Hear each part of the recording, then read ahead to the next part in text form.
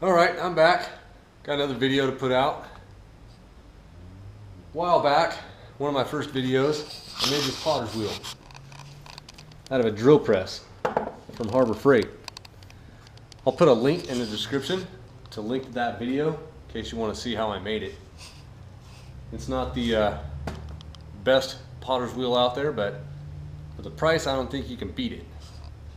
But I haven't made a video of making anything on this thing. And I didn't want people to think that I just threw something out there that wasn't actually functional. So I tried a little bit, made a couple things, and I figured I'd post a video of it.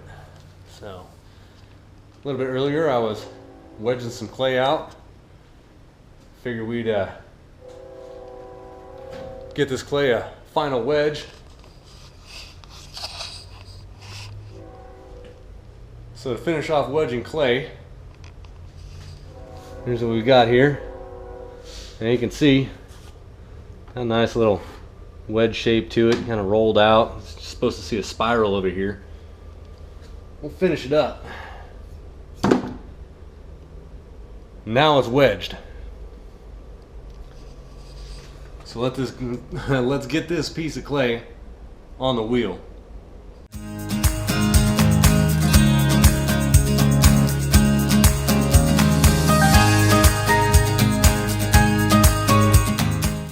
Alright, so before we get started, I'm going to tell you, not everybody wedges clay the same way, and I'm not going to demonstrate how to wedge clay because I'm nowhere close to an actual potter. So if you want to know how to wedge clay, there are plenty of videos out there on YouTube to teach you how to wedge clay. The one thing I do know is that you wedge clay to get all the air bubbles out of it. So you know when you've wedged it correctly, there won't be any air bubbles in it. I'm not going to use this whole piece. It's a pretty big chunk of clay. So I took my wire and I cut into it, and you can see that there's no air bubbles in there. So my way of wedging that I was taught years and years ago by a college teacher works for me, but that's not to say it'll work for everybody. So I'm going to cut this piece down to a size that I can manage because I'm small fry.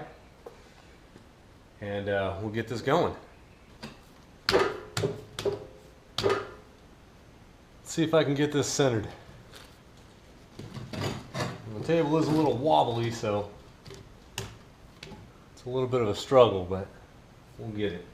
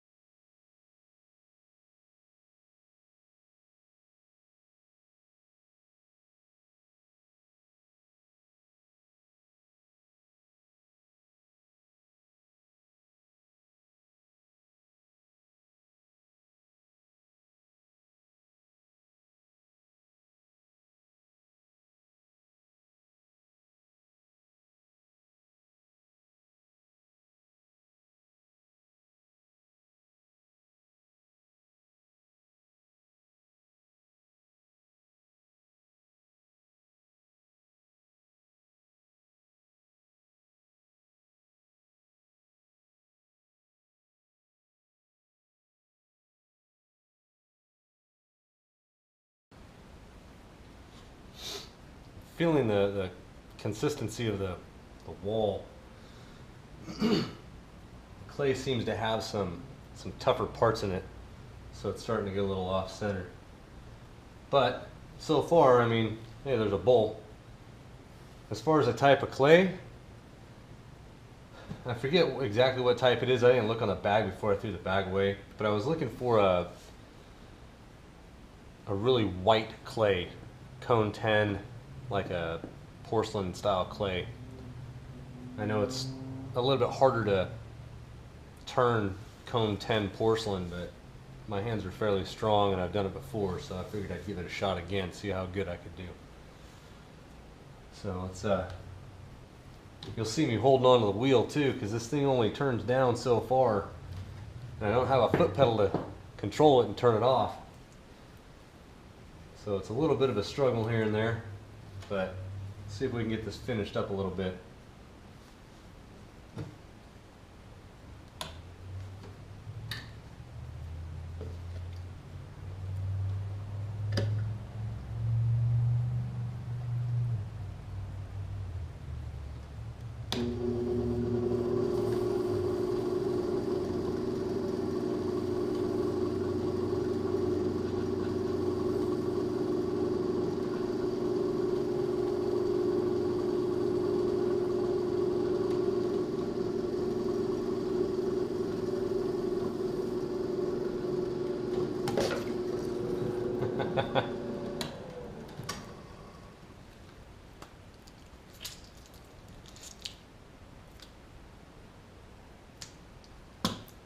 There went that.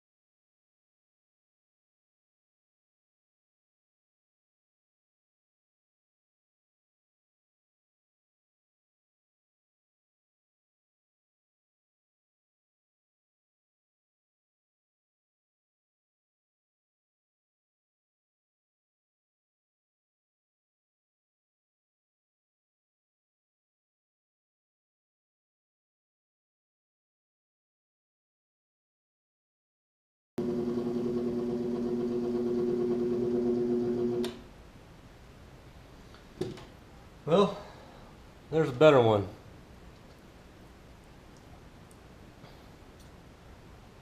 Consistency in the clay makes it all the easier.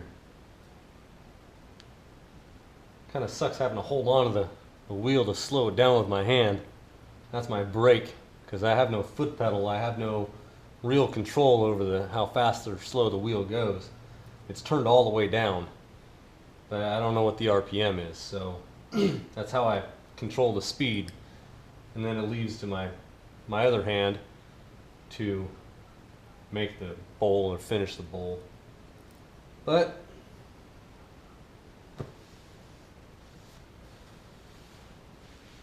I think the base is still a little bit thick.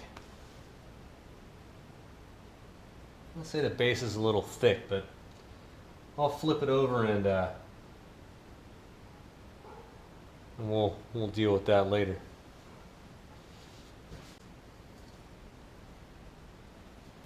Made my handy little quality stamp. Got it in there okay. I'm not going to mess with it too much. We'll let it harden up a little bit. and then get it off there and flip it over and trim it up. For now, guys, that's it. Don't forget to hit that like button, subscribe, hit the little bell next to the subscribe button so you get all the notifications. And I'll see you next time. Have fun.